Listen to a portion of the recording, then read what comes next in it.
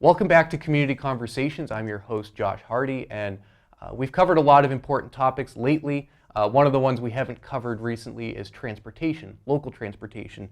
And with me to talk about that, we have Cindy Yanski. She is the Regional Mobility Manager for Community Action Program Belknap-Merrimack County. So Cindy, thanks for joining us to talk a little bit more, because it's a topic I actually, coming into this, I don't know a lot about the regional and local transportation options.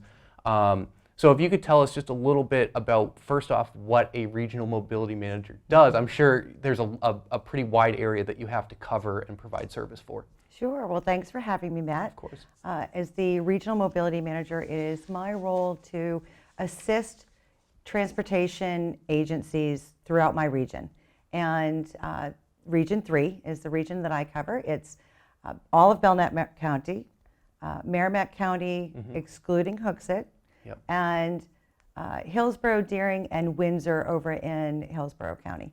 So it's a fairly good region, right smack dab in the middle of the state. Yep. And it is my role is the customer service side of transportation. So I'm there to assist folks if they're looking for transportation, if they're interested in learning more about transportation. That's my role. As I said, I'm there to assist the agencies as well, sometimes finding funding, sometimes out promoting their programs. So everything transportation, is kind of the buck stops here with a mobility manager. Sure. Now, have you found, you talk about customer service, has it been for customers, have you seen an uptick in people who are a little more confused about how things during the pandemic worked, about what the current policies are? Have you seen, has it changed, the 2020 and 2021 compared to previously? Oh, so 2020 was a crazy year, we all know. Yeah. There was not a lot of folks were really worried about taking public transportation. Yeah. In particular, even volunteer driver programs. We saw that there were drivers that were concerned about the riders and riders that were concerned about getting in cars. So. So I kind of chalk that one up to it's just an anomaly in itself. Now folks are willing, they're ready and willing to get back out again, which is terrific. So I've seen a huge uptick in folks that are looking to get back out there and find out what transportation options are out there. I think the biggest in our region is we do have some decent transportation options, could always have more. But we have more than some of the other areas. So I really feel very fortunate about that. So if people were to say, there's no transportation options, I'm sure you hear that sometimes. What would your response to that be if someone were to say that to you? There are transportation options in Region 3. We're really fortunate. We have not only many volunteer driver programs, but we have our fixed route system right here in Concord-area transit. And there is also a transportation system for seniors and those with disabilities running throughout the region, covers the entire region. It's the Mid-State Transit. So it's a combination of buses, and the volunteer driver program supplements the bus system. So we have a really good system here in Region 3. So there are options. Half the battle is just people knowing where to find it getting information. Now, you mentioned capital area transit. I understand that there's kind of a new look, some new signage. If you could maybe tell us a little bit about that. So Concord-area transit went through a rebranding during COVID. I guess it just seemed like a good time to do that. They've updated their look, and it really made some real vast improvements, not only to the look, which is superficial, but they're also doing, they're deep cleaning all of their buses on a regular basis. They're deep cleaning the shelters on a regular basis, the bus shelters that are throughout the town. There's some new stuff that's coming down the pike that, I don't know if we want to talk about that now or if we want to talk about later. They have suspended all fares. So that is a big, I think, it's really helpful to folks that there isn't a fee. You can hop on the bus and hop off throughout the town without it costing anything. That's exciting. Now, what would it normally, when there were fees, it's still not anything, ridiculous. It was nominal. It was $1.25 per ride with free transfers. Yep. So if you needed a transfer to another bus. So say I was commuting, it's $2.50 a day. Yep. Well, now you can save that $2.50, which I think is nice. Yeah. Seniors is only 50 cents. Yep. So they really had it was a very low fee, but now we don't have to worry about finding that change to feed that the fare box. Yeah, we have a staff person here who takes the bus, I believe, from up here. We're up by Concord High School, and he takes the bus. I think it gets him down towards like the NHTI area or something like that. So we have at least one staff person here, actually, and a volunteer who's worked with us, who's used the bus system to get from this part of Concord. I believe he's taken it up to Pennacook. So those are those couple different routes. There's a Pennacook route. There's one that gets you over to the Heights. Right. Is it 3 different routes? There are 3 different routes. So if you're not familiar with public transportation, it's a pretty easy system to get familiar with. So there's the Heights route that starts at Walmart and comes down to Main Street, goes around to the Little Market Basket here in town, Store Street, and then back up to Walmart again. There is the Pennacook route, which starts at Concord Hospital and circles around and goes up Route 3, Fisherville Road, up to Briar Pike Apartments in Pennacook, and then back down again. And then there's the Crosstown, which really does kind of a figure 8 throughout the town.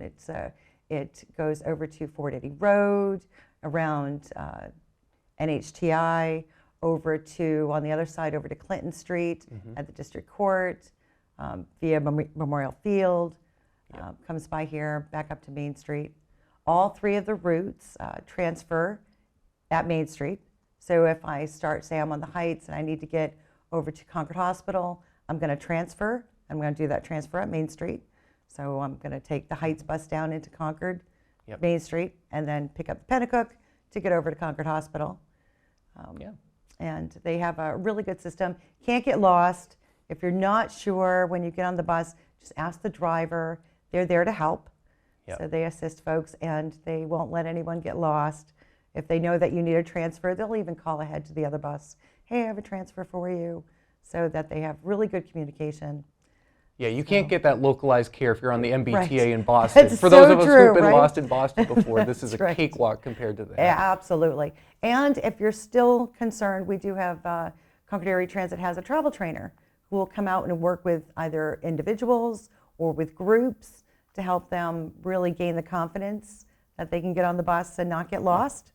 So it's a travel trainer who will actually give you the one-to-one That's exactly right. personal support. Yeah, she'll actually come out and ride the bus with you until you feel confident riding the bus. I think it's a really nice service, absolutely free of charge, just someone there to lend a hand. That's so helpful. And that's that local New Hampshire kind of each person matters, and you can get that individualized attention. Like you said, it's not too confusing, but you don't want people to be intimidated by how do I do the transfer? Right. Where does this route go? How often do the buses run? Sure. Which I believe, do they run still? Was it 6 a.m. to 7 p.m.? It's 6 a.m. to 6:30. To 6:30 p.m. That's right. that So they run. 12 and a half hours, Monday through Friday. So we currently don't have any evening, night service, or weekend service. So, and speaking of Pennacook, it's interesting, there's the new grocery store that's going to be coming in off of exit 17. That seems like a place of interest for Pennacook residents that maybe wouldn't have to come all the way down to Concord. Are there thoughts about adding a stop there or any route changes that would cover that spot? They already have that in the plans, that the bus will go over to the exit 17, the new Market Basket, and there's other things that are going in there as well. Yeah. So that is, that's already being planned. Okay.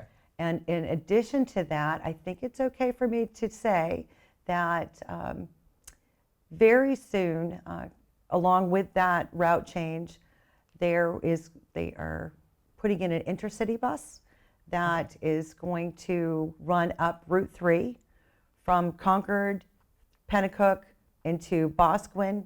I'm sure to hit that exit 17. Yep. Boscawen up through Franklin, into Tilton, and over to Laconia and back. And that is planned as a regular commuter route, which will run about once an hour throughout the day. So it's a public transportation service. So Yeah. that'll be really nice, I think, for commuters. I think that it's really needed to get those folks from the Lakes region connected to Concord. Yep. Right, because a lot of people live in the Boscawen, Franklin, Tilton area and come to work in Concord because Sure. Concord has so many different large employers, Concord That's right. Hospital, the state of New Hampshire, but a lot of people don't actually live in Concord who work in Concord. That's not true Right. for everyone, but Right. that route sounds perfect, in terms of that net, catching as many people as possible. Right, So, getting that connection from the Lakes region down. And once you get into Concord, Manchester Transit Authority comes up to Concord. So now we've just connected Laconia to Concord, to Manchester, Nashua, Boston, and beyond. So I think that's really going to be a really nice addition to the transit service that we already have. Right. We're And really excited by it. it's exciting. And you had mentioned, I think, before we recorded also just the Concord Coach is also a resource that's It is. here in Concord as well, which does, sort of like the Boston route. It does, I think it goes Right. up to, where does it go? Up the Route 89 corridor? Or It does. It hits goes. over. It goes over to there's their Dartmouth coach that goes over to the Lebanon area and brings folks back down. Concord Coach goes up into, I believe it's highest it goes is up into Tilton, and then back down. They did have a service that went over to, I think, over to Keene pre-COVID, and I think we lost that one. And, Okay. But still a lot of options, and we're talking about now without a vehicle, you can get to a lot of different places on a budget-friendly, certainly compared to having to buy a car. For a lot of people financially, that's just very difficult, or they're not able to financially be able to do that. You had mentioned before we record that there's a resource for people where they can kind of figure out like commuting and how that works into their budget. Could you tell us a little bit about that? Right. So there is a group called Commute Smart New Hampshire. It is the planning commissions throughout the state have a representative on this Commute Smart group, and they have these fun commuter challenges a couple of times a year where they're really trying to promote more sensible commuting versus all of us driving one person in their car.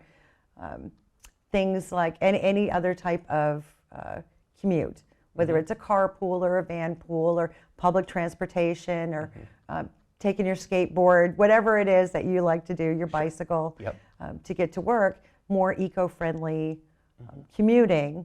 And they have a calculator on their website, and it's the Commute Calculator.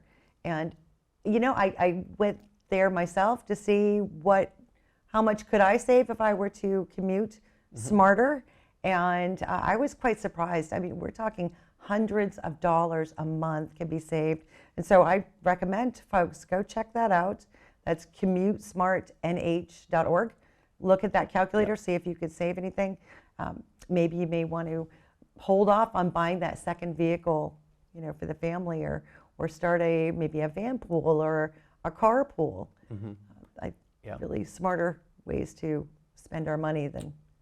I know for me, when I do budgeting, sometimes because car is considered essential, I almost don't even factor that in. It's sort of like, well, that has to, you almost look at that as like, a block of sort of, you almost forget about how much it costs to put gas in your car, especially if you have, a somewhat long commute.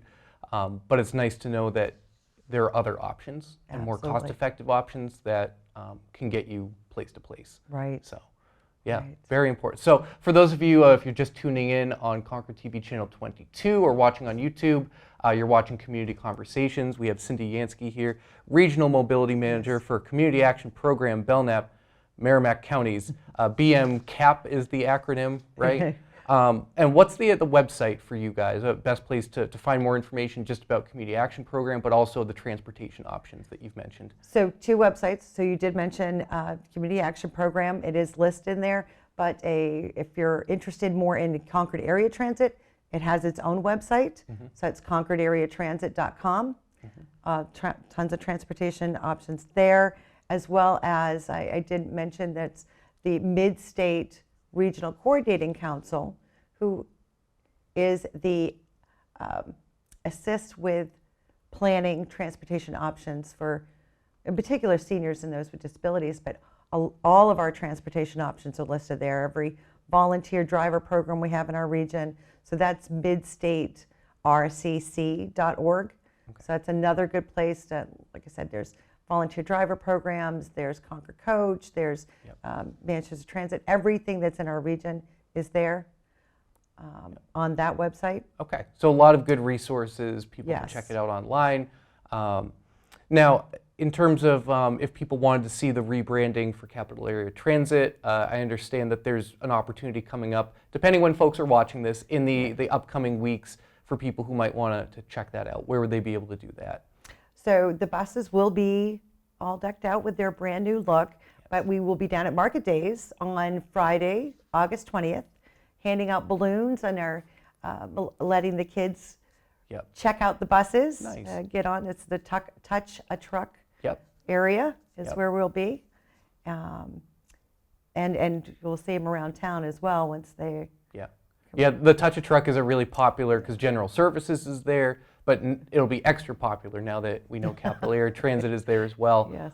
Concord TV will be there recording if you're not able to be there. So we'll definitely get some video shots of kind of the rebranded, and maybe there's an opportunity for another video down the road visualizing and showing off the map and everything like that. Oh, sounds good. So the map is online as well, right? For like the three routes for Capital Area Transit, if people want to see that. It is online. Concord-area-transit.com is where the easiest place to find it.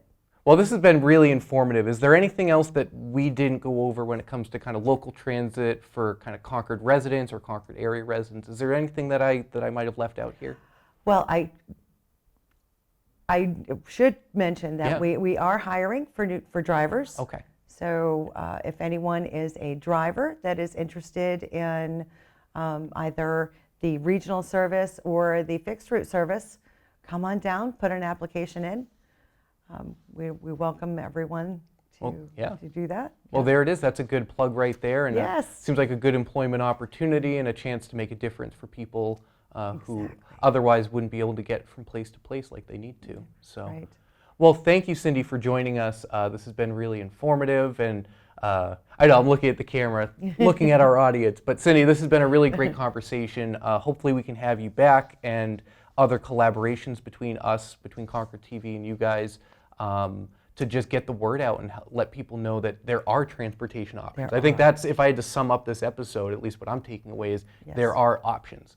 Sometimes you have to look for it or know where to look, but you guys are available, a really helpful staff and team willing to answer questions for folks. So that's right. I find that really encouraging and a good sign. Call your local mobility manager. She'll point you in the right direction.